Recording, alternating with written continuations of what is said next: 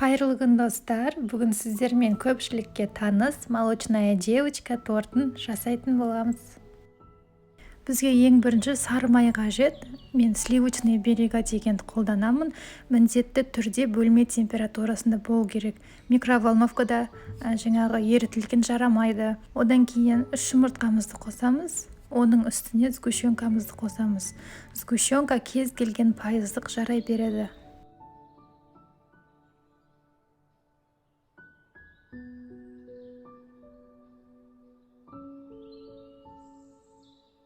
Міндетті түрде тұз қосуды ұмытпаңыздар.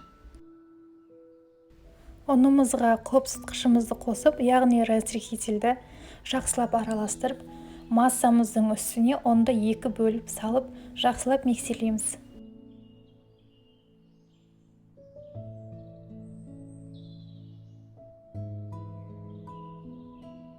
Біздің массамыз қатты қою да сұйық та болмай, міне видеода көріп тұрғандарыңыздай орташа болып шығуы тиіс.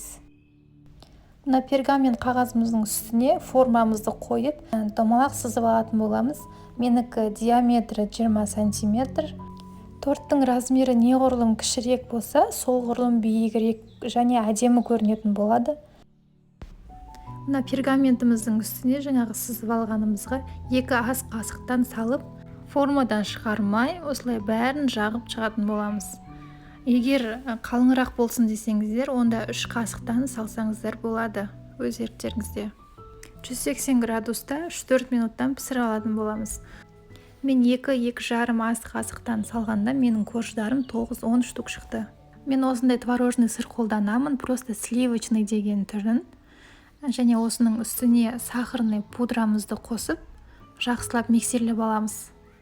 Біздің сливкиіміз міндетті түрде 33% жоғары болу керек. Мен мына Чудское озеро деген қолданамын, өте жақсы сливки.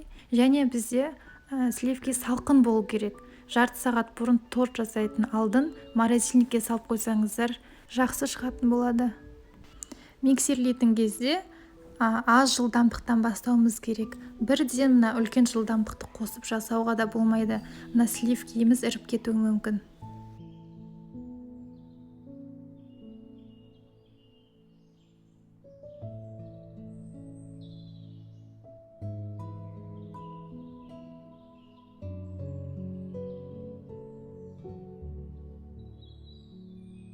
Міне көріп тұрғандарыңыздай осындай масса шықты, сливкиміз осындай қоюланды.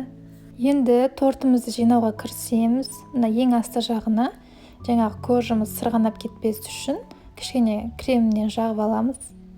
Мен мынандай кальций қолдандым. Бұл жаңағы торттың формасын жақсы сақтап тұрады. Сіздерде болмаса, ол міндетті емес. Жаңағы кремімізді 2 ас қасықтан толтырып салып, жақсылап жағып шығатын боламыз.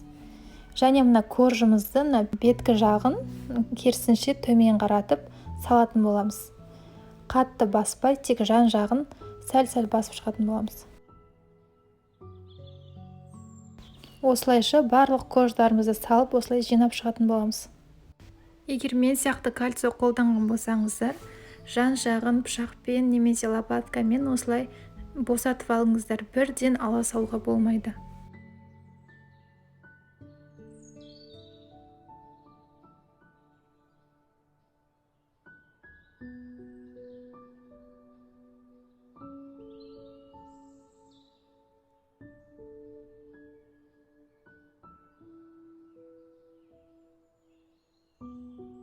Қалған кремін сыртына жақсылап жағып шығамыз, және оформленияға жеке алып қалсаңыздар болады.